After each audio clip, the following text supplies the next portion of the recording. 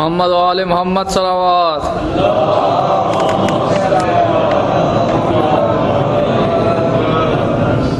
أعوذ بالله من الشيطان اللعين الرجيم. بسم الله الرحمن الرحيم. الحمد لله رب العالمين.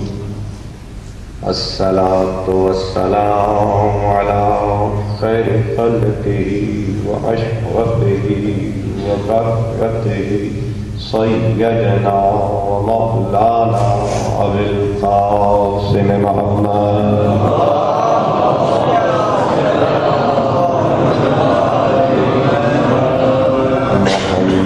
وأهل بيته الطيبين الطاهرين المعصومين المظلومين. ولعن الله على أعدائهم أجمعين يوم هذا وإلى يوم الدين. وأما بعد فقد قال الله تعالى في كتابه المجيد والفرقان الحميد قوله الحق وقوله الصادقين.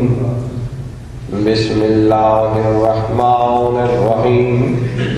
اذكروا نعمة الله عليكم وميثاقه الذي وأصدقكم به إذ قلتم سمعنا وأطعنا واتقوا الله إن الله عليم بذات الصدور. صلوات.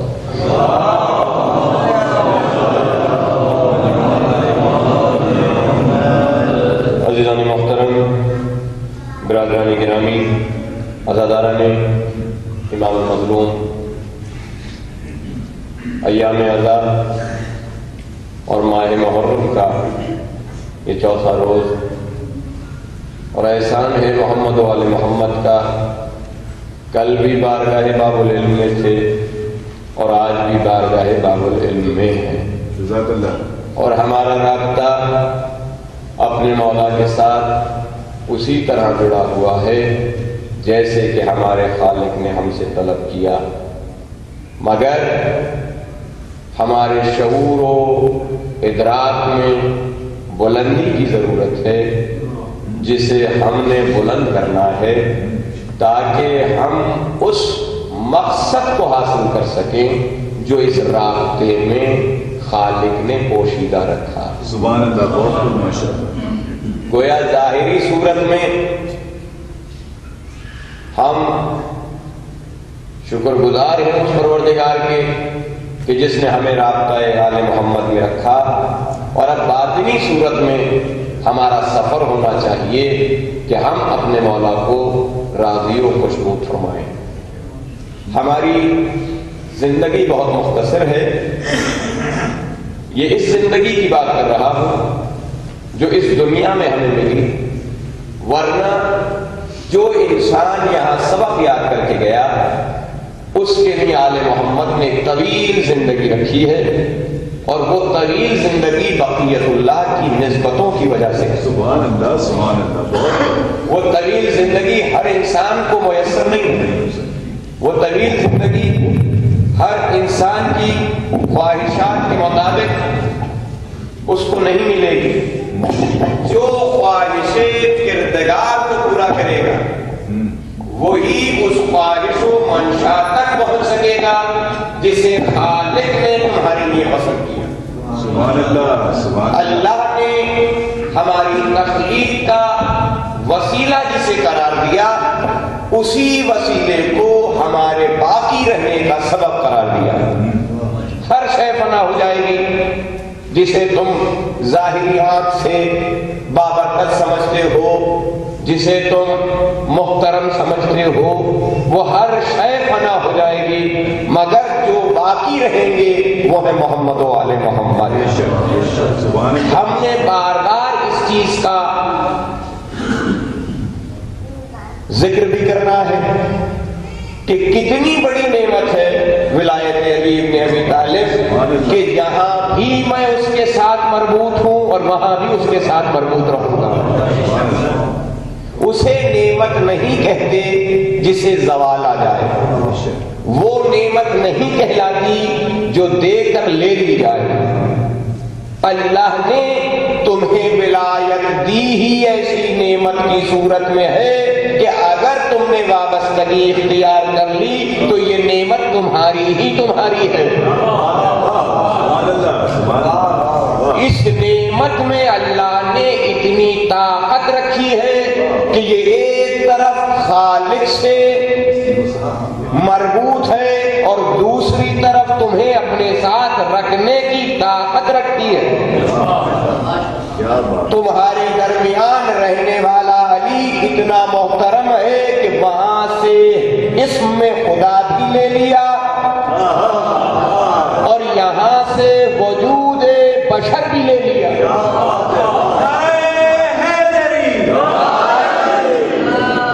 کمال علی ہے، کیا ذات علی ہے کہ دکھائی مجھ جیسا ہے، دیتا وہ دکھائی مجھ جیسا ہے، مگر وہ نام بھی اللہ کا رکھتا ہے اور صفات بھی اللہ کی رکھتا ہے. وہ ظاہری صورت میں یہاں آ کر عبد بھی کر رہا ہے، نسل بھی چھوڑ رہا ہے، مگر یہ نسل وہ قل هو اللہ احد کی تشریح کرنے کے لیے کہ کسی کا باپ ہے، کسی کا بیٹا ہے، مگر وہ ذات جسے تم خدا کہتے ہو وہ نہ کسی کا باپ ہے نہ کسی کا بیٹا.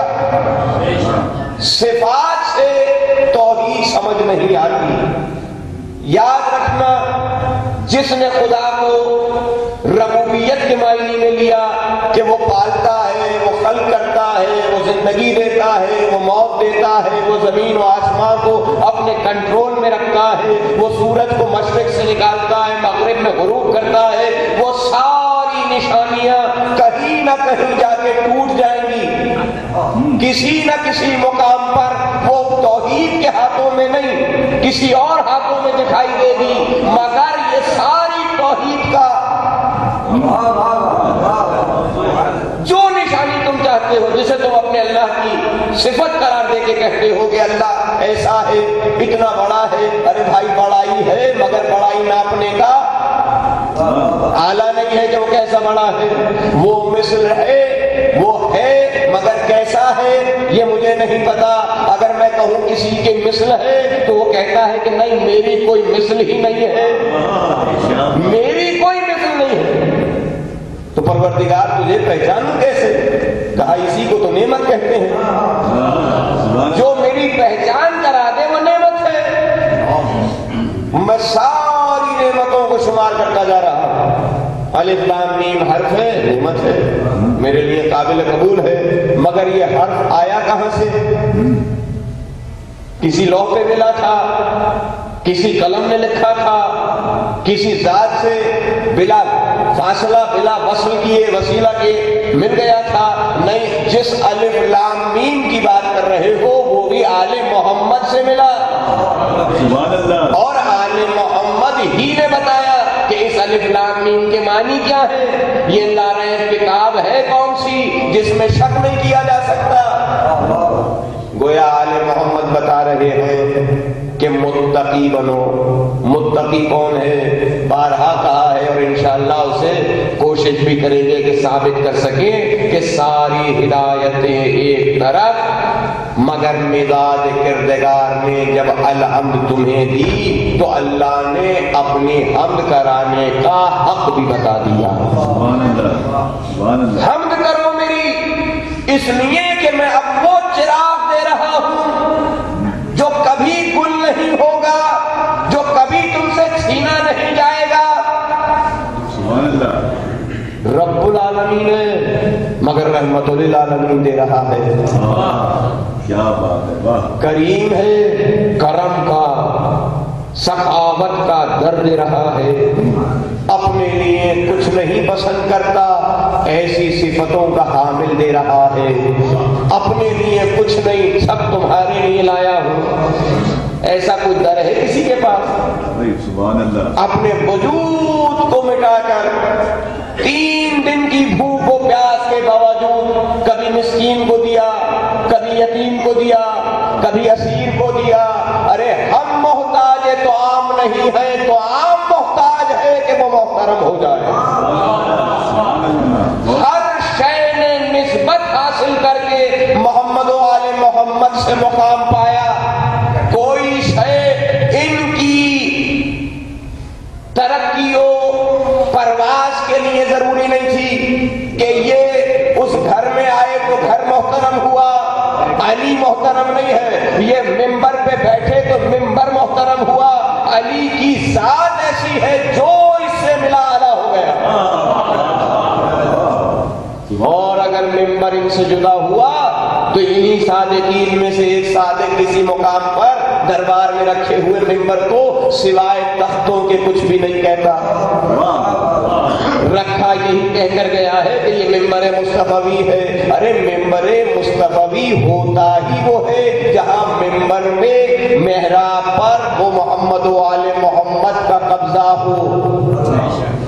جہاں وہ نہ ہو تو ان کا ذکر ہو اور وہاں ان کی محبت بیان ہو.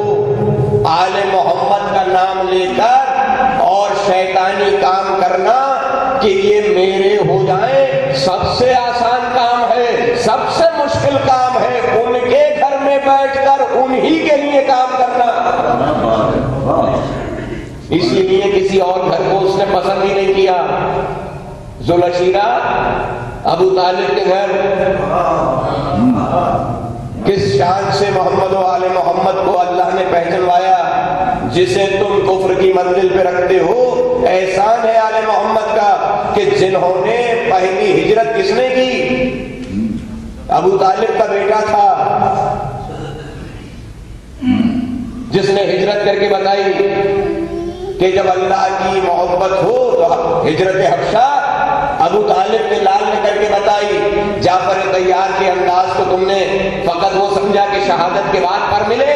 میں نے تاریخ میں دیکھا کہ ذات رسالت و آپ خانہ خدا کے قریب نماز پڑھ رہے ہیں اور ایسی نماز میں ایک طرف تو ایک علی کھڑے ہیں، دوسری طرف کوئی نہیں ہے. میرا مولا، میرے آقا کا پدر بزرگوار حضرت ابو طالب کہتے ہیں بیٹا جعفر، پرندہ دونوں پروں سے پرواز کرتا ہے، لہذا یہ ایک پر جو علی کھڑا ہے اس کی دوسری طرف تم کھڑے ہو جاؤ تاکہ پرندہ پرواز کرتا ہوا دکھائی دے. جو محمد کو پرواز دے اسے ابو طالب کہتے ہیں. جس نے محمد و آل محمد کو سبحان اللہ سبحان اللہ اپنا ظاہر مٹا کر ایمان دکھا دیا دنیا کو، اسے ابو طالب کہتے ہیں. دنیا کہتی رہے کافر، دنیا کہتی رہے ایمان نہیں لائے، مگر قرآن نے محفوظ رکھا. جنہوں نے کہا ہم ایمان لائے ان کے منہ پر تھپڑ مارا کہ تم ایمان نہیں لائے، تم نے ابھی اسلام قبول کیا ہے. اور اس تھپڑ کا جواب پھر غدیر میں دیا کہ یہ اسلام بھی نہیں ہے، انسان ہے. انسان وہ جو قطاروں میں بیٹھے ہوئے لوگ ہیں. کتنی شان ہے ابو طالب کی کہ ایک ابو طالب کے ایمان پہ شک کیا تھا اور اللہ کے نبی نے سب سے بڑے مجمع میں منکرین ایمان ابو طالب کا جواب دیا کہ سارے سن لو، جب تک علی سمجھ نہیں آئے گا تم دائرہ انسانیت میں ہو مگر داریہ فلاح میں نہیں ہو. فلاح اسے ملے گی جسے علی سمجھ آئے گا. اور پھر اسی غدیر میں کہا تھا کہ جس نے علی کو نہیں سمجھا، جو علی کو مولا نہیں تسلیم کرتا، تو سنو اللہ بھی کافروں کی ہدایت نہیں کرتا. گویا جس نے دعوت ذوالشیرہ ایمان ابو طالب میں شک کیا تھا اسے خالق میں غدیر میں بتایا تھا کافر وہ نہیں یہ ہے.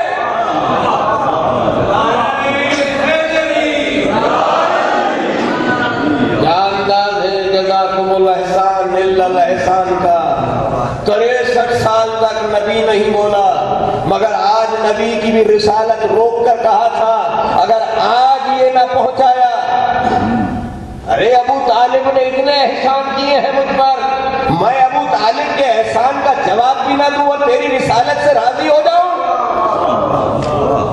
روک لی ہے پام رسالت کو، اس رسالت کو جس کے لیے کہا تھا والنجم اذا ہوا ما ضل صاحبکم وما غوا وما ينطق عن الهوى ان هو الا وحی یوحی۔ اس ذات رسالت کے لیے جس کے لیے قرآن لا ریب کتاب کہہ رہی ہے کہ یہ کچھ بھی نہیں کہتا مگر وہ جو وحی ہوتی ہے۔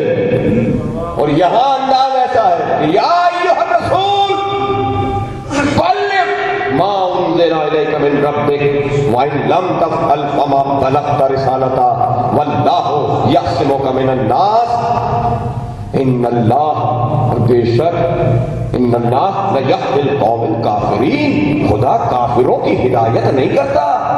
کتنے پیار سے خالق نے تماچا مارا کہ قاری جھوم رہا ہے اور پتہ ہی نہیں کہ اپنے ہی منہ پہ تماچا لگا ہے، اپنی ہی اولاد اپنی ہی نسلوں کو میں نے کافر کہا ہے۔ ایک ایمان ابو طالب کے شک کا جواب دیکھو کہ تکمیل دین کے دن ان کے دین کا پردہ بھی چاک کیا تھا، اور ابو طالب کے کفر کی منزل پر سمجھنے والوں کے اسلام کو بھی بتا دیا تھا یہ خود کافر ہے، کسی کو کیا کہا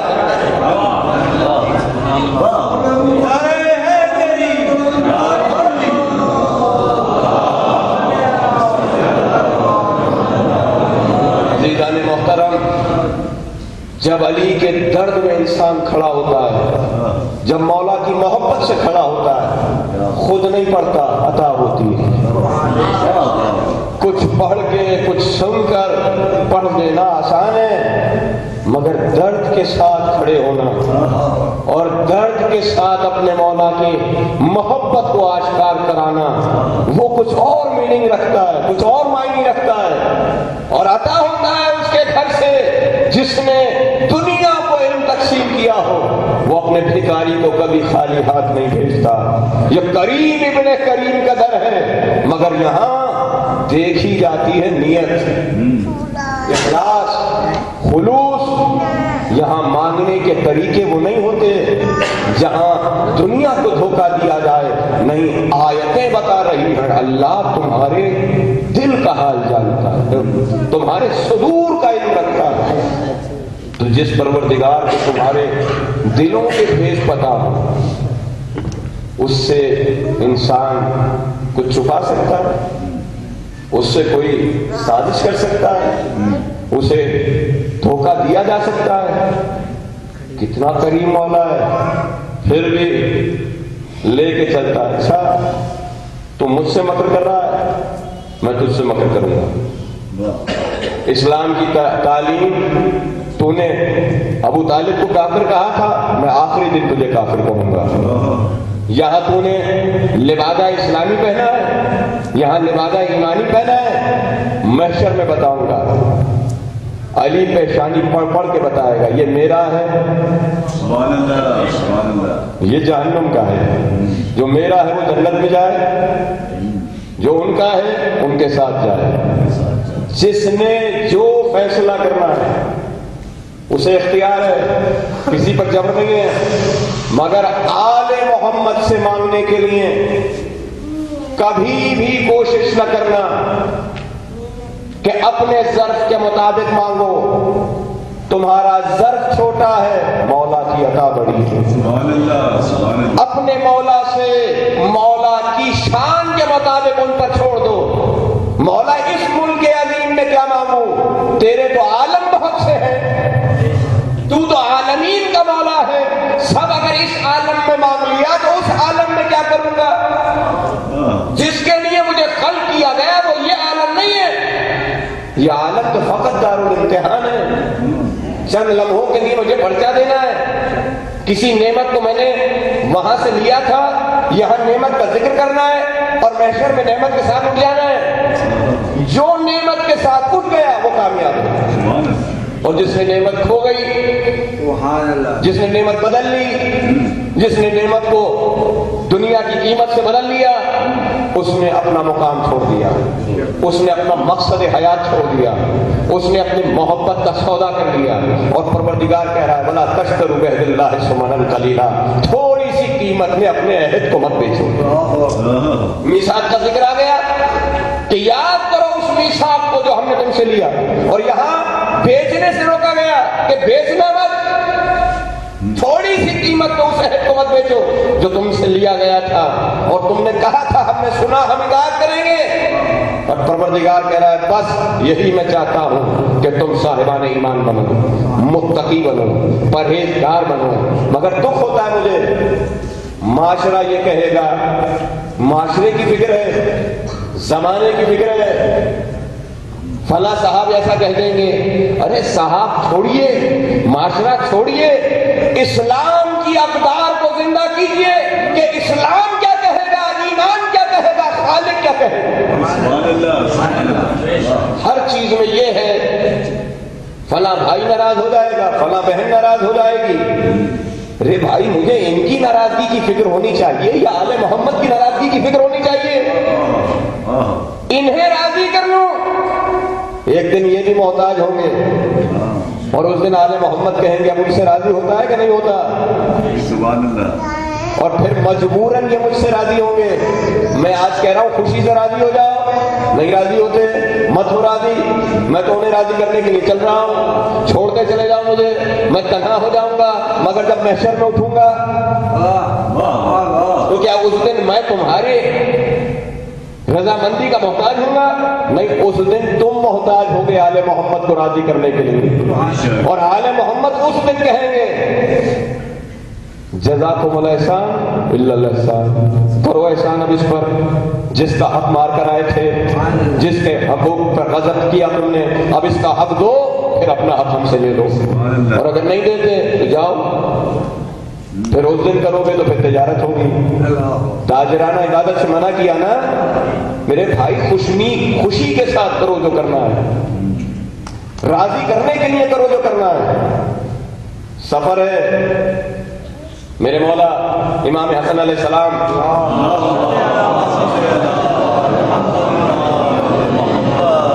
حج کے ارادے سے جا رہے ہیں، پایادہ سفر ہے، سفر کرتے کرتے پیروں پہ برم آ گیا ہے، اصحاب نے چاہا کہ فرزند رسول بہت دیر ہو گئی، آپ پیادہ سفر کر رہے ہیں، تھوڑا سا ان قدموں کو آرام دے دیں، سواری پہ بیٹھ جائیں تاکہ اس کا ورم اتر جائے۔ شفا بانٹنے والوں کو شفا تم دو گے، شفا بانٹنے والوں کو شفا لینے کے لیے کوئی بہانہ چاہیے، خدا کی قسم آل محمد اپنے لیے نہیں تمہارے لیے مانگتے ہیں کچھ۔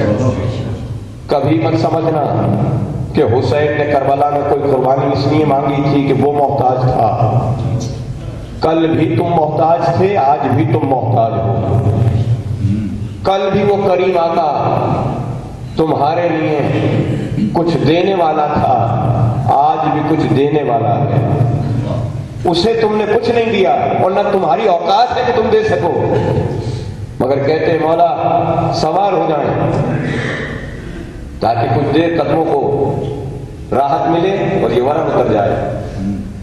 مولا تو کسی اور نیت سے چل رہا تھا، مولا تو خود کسی کو کچھ دینے کا وسیلہ بنا رہا تھا، اپنے پیروں پر یہ ورم اس لیے نہیں تھا کہ یہ اللہ کے پیارے بندے نہیں تھے، اللہ کے پیارے بندوں پر کوئی ظاہری تکلیف بھی دکھائی دے تو اس کو نعمت کے ساتھ نسبت دیکھتے ہوئے زحمت نہ سمجھنا۔ نعمت کے معنی بتا رہا ہوں، آل محمد نعمت ہے اور نعمت پر کبھی زحمت نہیں آتی، جو زحمتوں کو بھی نعمت بنا دے اسے حسین کہتے ہیں، جو زحمتوں کو رحمت بنا دے اسے آل محمد کہتے ہیں۔ مولا بیٹھ جائیے، کہا نہیں میرے پیروں کے برم کا علاج ہے۔ مولا کیا ہے؟ کہا فلاں فلاں راستے پر اتنے دور جانے کے بعد ایک مقام پر ایک حبشی ملے گا، اس کے پاس ایک روغن ہوگا، ایک تیل ہوگا، وہ اس سے اجرتن خرید لینا. کیا کہا؟ اجرتن خرید لینا. پتہ یہ لگتا ہے جیسے اپنے لیے شفا مانگ رہا ہے، مگر لفظ اجرتن کی تشریح ہی نہیں کی کسی نے.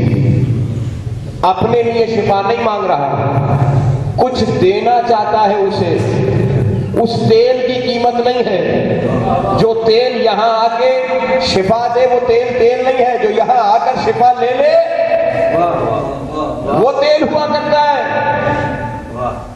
اسے اجرتن لے لینا. لوگوں نے کہا فرزند رسول اب تو یہاں کوئی ایسا مقام نہیں ہے کہ اتنے فاصلے پہ کوئی ایسا مقام بھی ہو جہاں مال تجارت مل رہا ہو. کہا پریشان ہونے کی ضرورت نہیں ہے، وہ اسی قافلے میں ہے، مگر اس محل پر ملے گا. اور جب اس محل پر ملے تو اس سے وہ تیل لے لینا.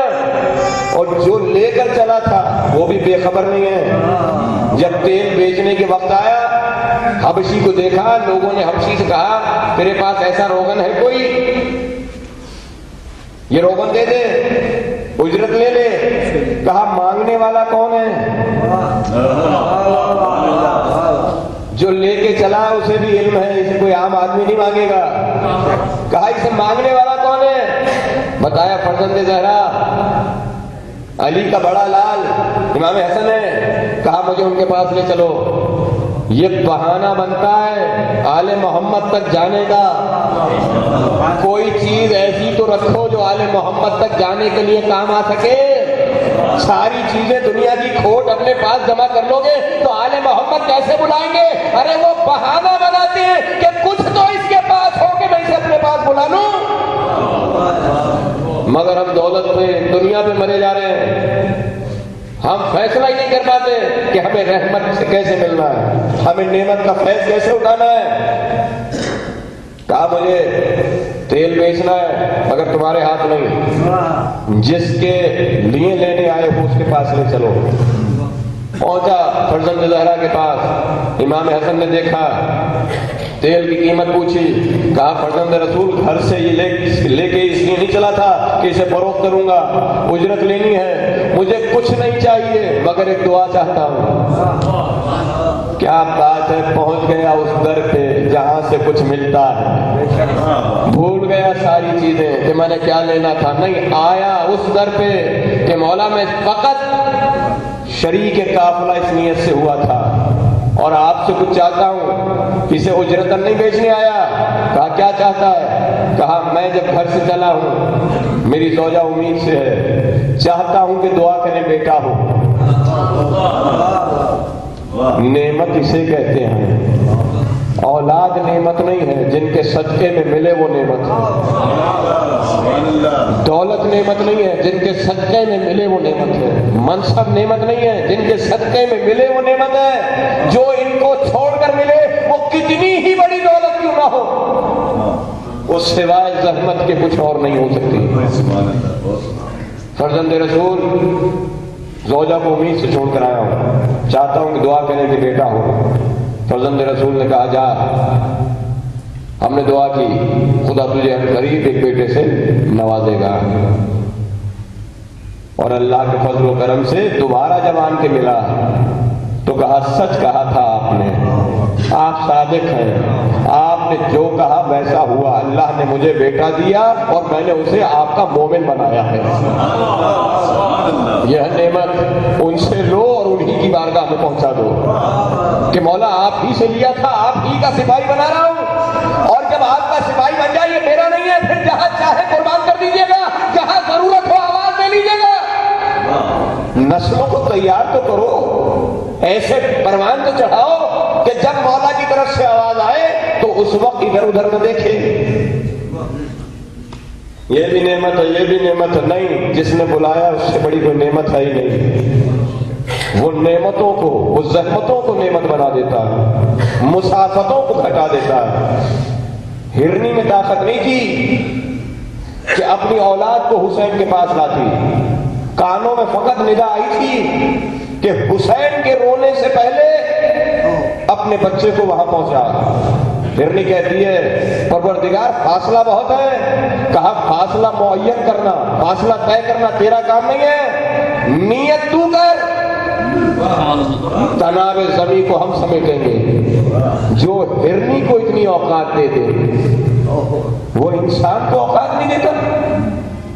سارے واقعات اور فضائل پڑھ کر بھی نہیں سمجھ آتی کہ بیداری کتنی ضروری ہے، کس قدر بیدار ہو کر زندہ رہنا ہے۔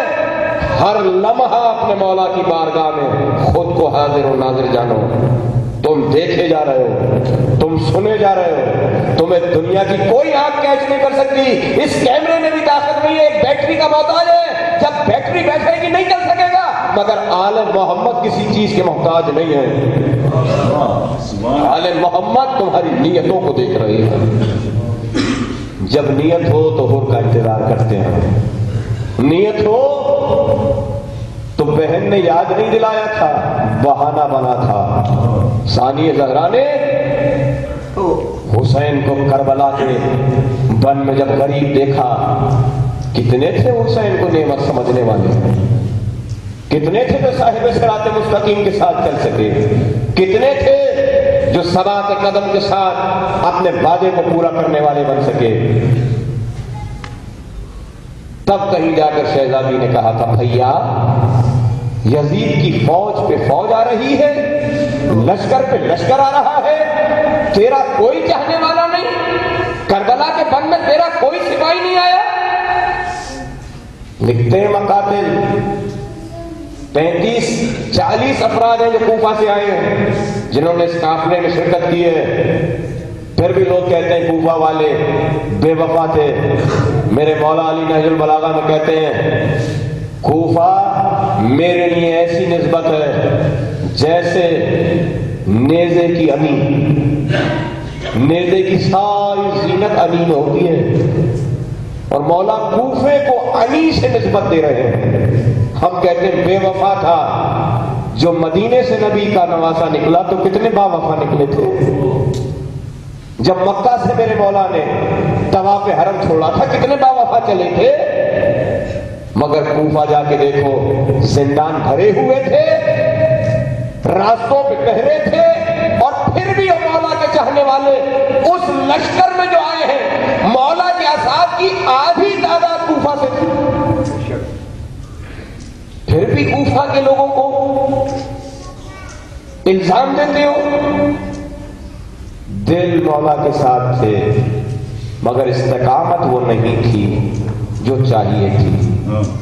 ڈر گئے، خوف کا شکار ہوئے، کسی نے جان بچائی، کسی نے گھر بچایا، کسی نے اولاد بچائی، اور زہرا کا لال قربان ہو گیا۔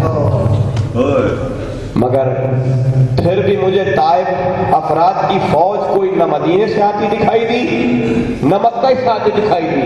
اہل کوفہ ہیں جو آئے ہیں اور گریہ بھی کرتے ہیں، روتے بھی ہیں، اور پھر لوگ کہتے ہیں حسین کو مارا بھی خود، روتے بھی خود ہیں۔ جو نہ مارنے والوں میں نہ رونے والوں میں، ان کو کیا کروں؟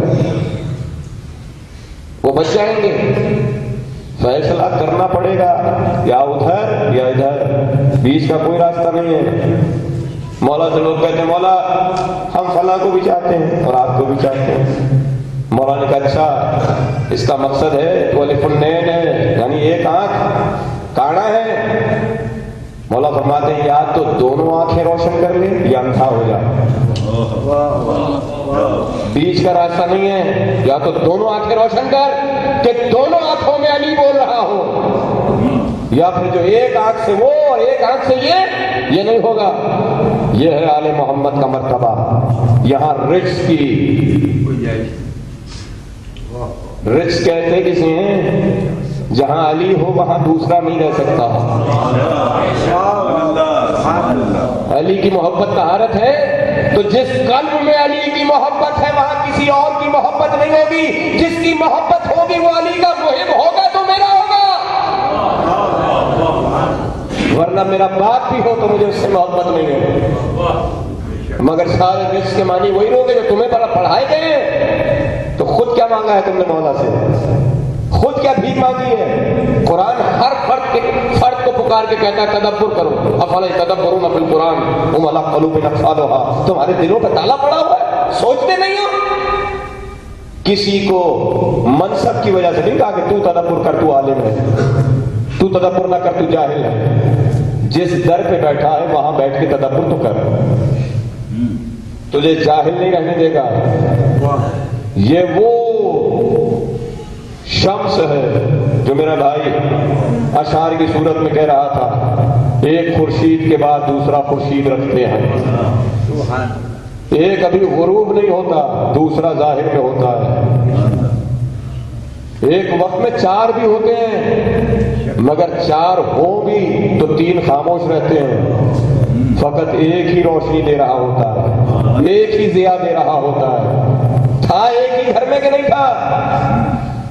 علی بستر علالت میں، ادھر حسن کھڑے ہیں، ادھر حسین کھڑے ہیں، ادھر سید سجاد کھڑے ہیں، چاروں امام ہیں، مگر علی کی وصیتیں اٹھا کے دیکھنا، بیٹا میرے بعد تم وصی ہو، یہ تبرکات تمہارے حوالے کر رہا ہوں، اس کے بعد اسے حسین کے سپرد کرنا، اور حسین تم اس اپنے بیٹے بڑے بیٹے علی بن الحسین کے حوالے کرنا۔ یہ ہے علی کی شان، ایک وقت میں وصیت کر رہا ہے اور تین امام سامنے کھڑے ہوئے اور باقی اماموں کو باطنی طور پر وصیت کر کے گیا ہے۔ یہاں یہ کہنا کہ نسل میں چل رہی ہے امامت، نسل میں نہیں چل رہی، یہ اگر نسل میں چل رہی ہوتی تو زہرا کے لال کو امام حسن کی اولاد میں جاتی ولایت، امام حسن کی اولاد میں ہوتی امامت، مگر اللہ نے بتایا وہ آدم کے بیٹے تھے جو حابیل اور قابیل ایک دوسرے سے حسد کرنے لگے، یہ زہرا کے بیٹے ہیں۔ یہاں حسد نہیں دیکھو گے، یہاں عین اطاعت ہے۔ میں اپنے بیٹے کو لکھوں گا، اپنی جان فدیہ کر دینا تاکہ تاریخ کا مورخ لکھے حسن حاسد نہیں تھا، حسن نے اپنی اولاد قربان کر کے امامت کو بتایا ہے، تاکہ کوئی مورخ یہ نہ کہہ سکے کہ بڑے بیٹے نے امامت کی ہرس کی تھی، ارے یہاں حسد ہے ہی نہیں، ہرس ہے ہی نہیں، یہ اطاعت الہی میں راضی ہے، یہ اس کی خوشنودی پروردگار میں خوشنود ہیں۔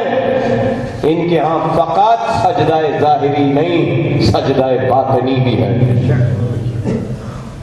کتنی محبت ہے حسین کو، تم جہاں بیٹھے ہو کبھی خود کو یہ نہ سمجھنا کہ تم اندھیرے میں ہو، تمہیں تمہارا امام نہیں دیکھ رہا، وہ چراغ گل کر کے بھی بتاتا ہے میں دیکھ رہا ہوں، اور وہ یہ یقین دلاتا ہے تم جہاں بھی ہوگے میں تمہیں بلا دوں گا، مگر شرط یہ ہے تم وہ محبت رکھو جو محبت رکھنے کا حق ہے۔ عطا کرتے ہیں مولا،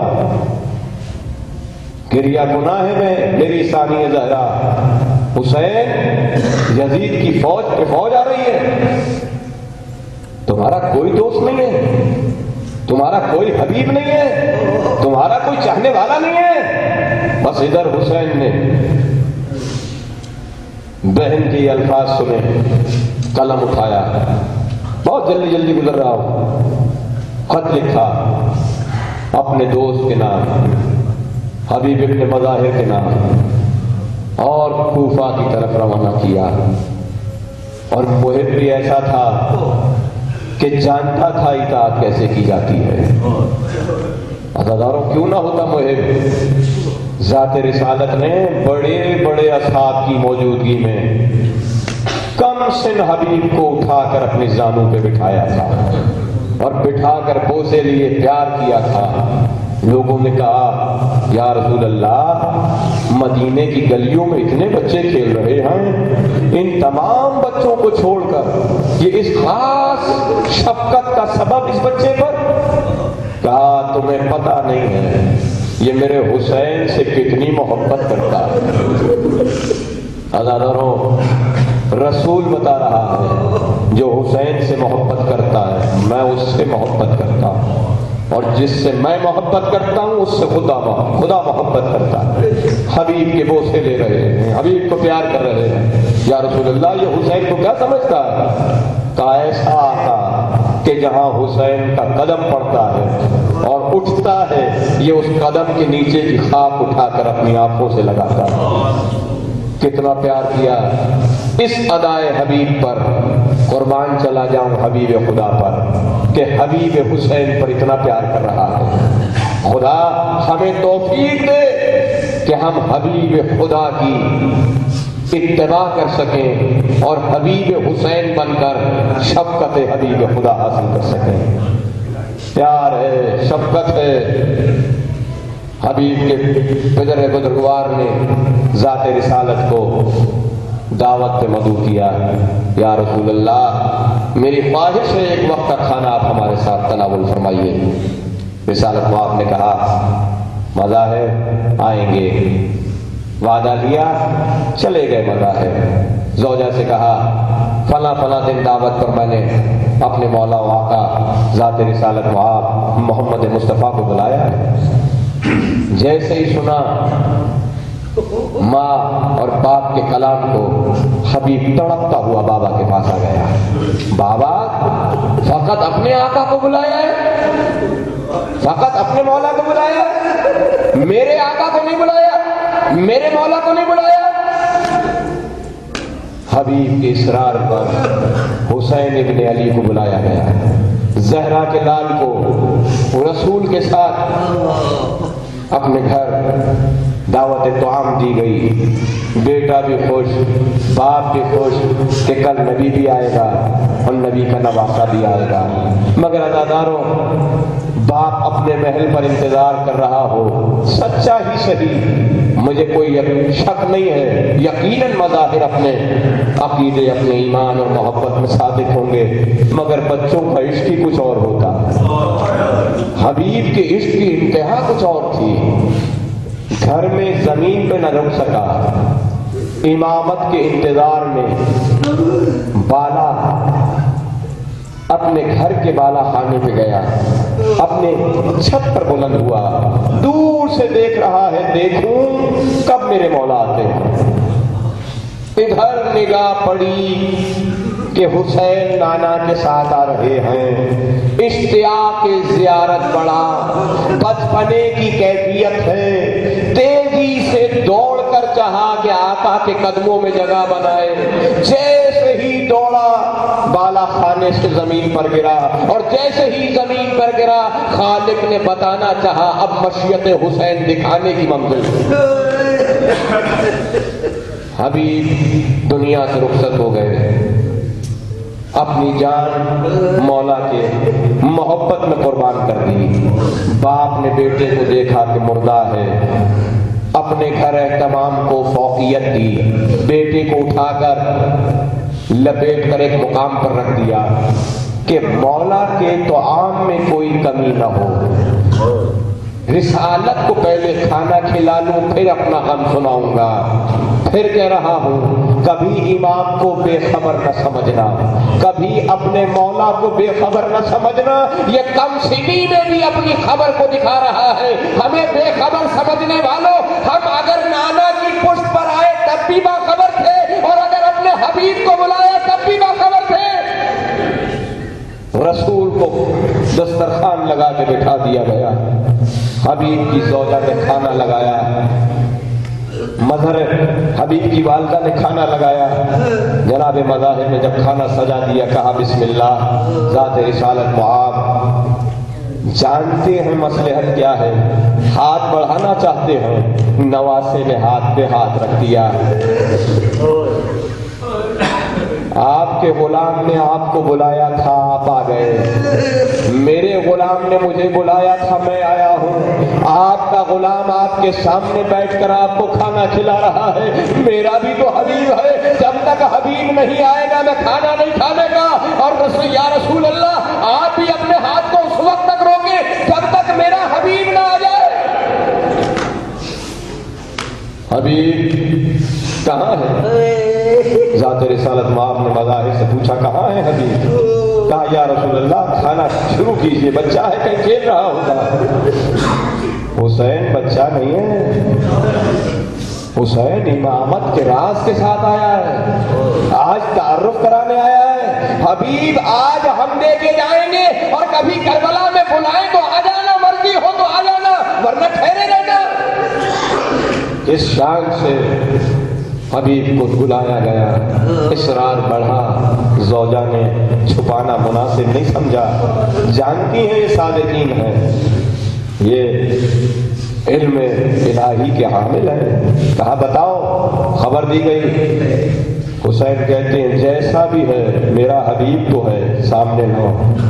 حبیب آئے، فرزند رسول نے حکم دیا حبیب اٹھو۔ جو آواز امامت پہ اٹھنے کی عادت ڈال لے وہ مردہ نہیں ہوا کرتا، وہ یہاں بھی زندہ ہے وہاں بھی اٹھے گا، مگر جو یہاں بھی استغاثہ سن کے بیٹھا رہے وہ وہاں بھی پھر زندہ نہیں ہوگا۔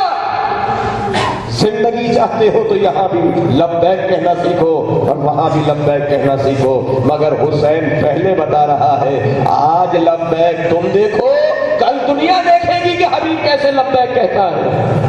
حبیب کو زندگی ملی تو عام آقا کے ساتھ کھایا، پھر ایک منزل آئی جب قاصد خط لے کر آیا تو عام زوجہ کے ساتھ کھا رہا تھا، کھاتے کھاتے قاصد نے خط دروازے پر دستخط کیا، کون؟ قاصد حسین۔ فوراً خط لیا، خط کا مضمون پڑھا اور پڑھنے کے بعد زوجہ کے ساتھ کھانے میں مشغول ہوئے۔ زوجہ نے کہا کس کا خط تھا؟ کہا حسین کا خط ہے، میرے آقا حسین کا خط ہے۔ کہا کیا لکھا ہے؟ کہا لکھتے ہیں کہ کربلا کے بن میں آ گیا ہوں، علی کی بیٹیاں میرے ساتھ ہیں، زہرا کی جائی میرے ساتھ ہے اور مجھے بلایا ہے، حبیب کیا ارادہ ہے؟ کہا سوچ رہا ہوں اگر میں چلا گیا تو تیرا کون خیال رکھے گا؟ زوجہ حبیب کے اس امتحان کو سمجھ نہیں سکی، کہا حبیب حسین بلائے اور اس کے بعد میرا خیال ہے؟ ارے حسین کے ساتھ حسین کی بہنیں ہیں، بیٹیاں ہیں۔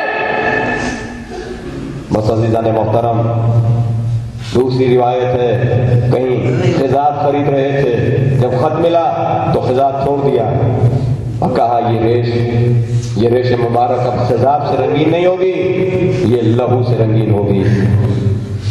اہتمام کر رہے جانے کا، غلام کو سواری دی، گھوڑا دیا کہ کوفہ کے فلاں مقام پر چھپ کے کھڑا ہو جا، میں تھوڑی دیر میں آ رہا ہوں۔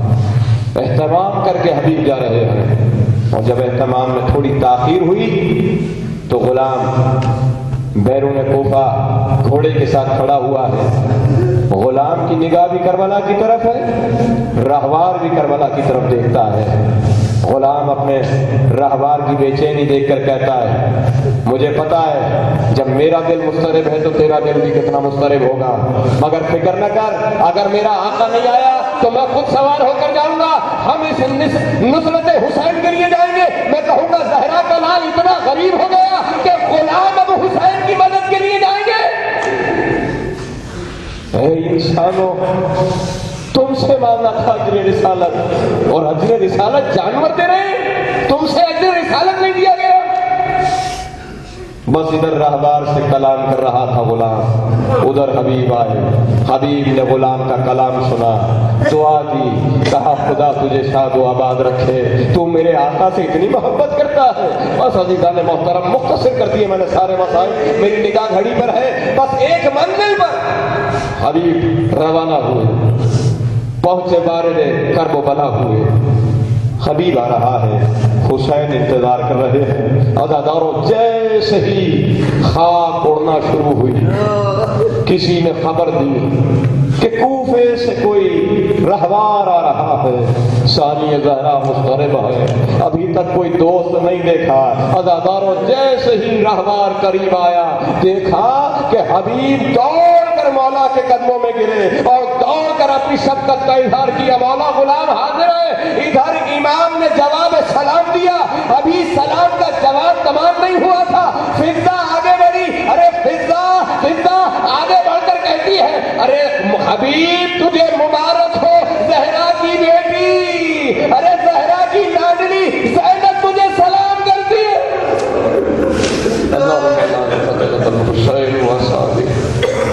پروردگار بحق محمد و آل محمد، ہمارے اس قلیل ذکر کو اپنی بارگاہ میں بعنوان عبادت قبول فرما۔ میرے مالک، محبت اہل بیت دن دگنی رات چوگنی ترقی عنایت فرما۔ پروردگار معرفت اہل بیت جس قدر اضافہ دے اس قدر محبت اور الفت کے ساتھ دنیا میں وہاں جھکنے کی توفیق دے جہاں جھکنا چاہیے، اور وہاں اکڑنے کی توفیق دے جہاں اکڑ جانا چاہیے۔ پروردگار تکبر تجھے پسند نہیں، مگر پھر بھی تو متکبر ہے، اور تجھے کسی جگہ مومن کا بھی تکبر پسند ہے، اور خدا گواہ ہے مجھے کوئی اور جگہ نہیں ملتی جہاں میں تکبر کروں، مگر وراثت جو میں نے اپنے ماں باپ سے پائی ولایت علی ابن ابی طالب کی صورت میں اس پر تکبر کرتا ہوں کہ میں علی کے در پر ہوں۔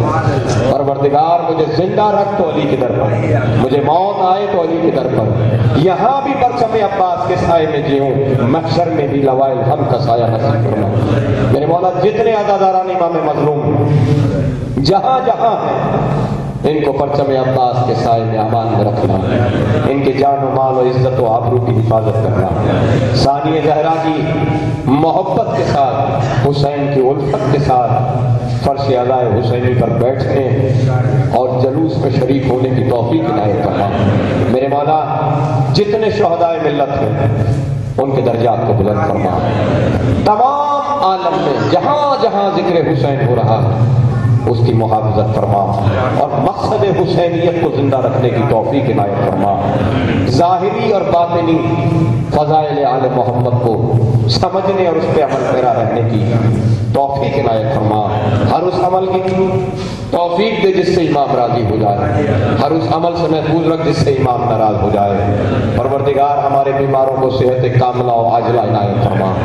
خصوصی طور پر کل میں نے آپ سے التماس سے دعا کی تھی، اور آج مولا کی بارگاہ میں شکر ادا کرتا ہوں کہ میری ماں اس قوما سے باہر آئی ہے، اور آج مجھے دوبارہ ان آنکھوں سے دیکھا جن کی زیارت کا میں مشتاق رہتا ہوں، مجھ سے کلام کیا، اے حسین کی ماں میرا سلام ہو تجھ پر کہ تو نے کبھی کوئی قرض نہیں رکھا۔ پروردگار وقت کے محمد و آل محمد ہم تمام حاضرین کی حاجات شریعہ کو بدلا، کسی در کا محتاج نہ کر سوائے در آل محمد۔ ہمارے عقیدے میں، ہمارے عمل میں دن دگنی رات چوگنی ترقی عنایت فرما، ہمارے بزرگوں کو صحت و سلامتی کے ساتھ درازی عمر عنایت فرما، ہمارے جوانوں کو سیرت علی اکبر عنایت فرما، ہمارے بچوں کو سیرت اون محمد نصیب فرما، ہماری ماؤں بہنوں بیٹیوں کو سیرت فاطمہ زہرا پر چلنے کی توفیق عنایت فرما۔ میرے مولا بحق کے سکینہ بنت الحسین جو بچے یتیم ہیں ان کے سروں پہ دست شفقت عنایت فرما، ہمارے امام زمانہ کو جلد اذن ظہور دے اور ہمیں اپنے مولا کے ناصرین میں شمار فرما۔ ماتم حسین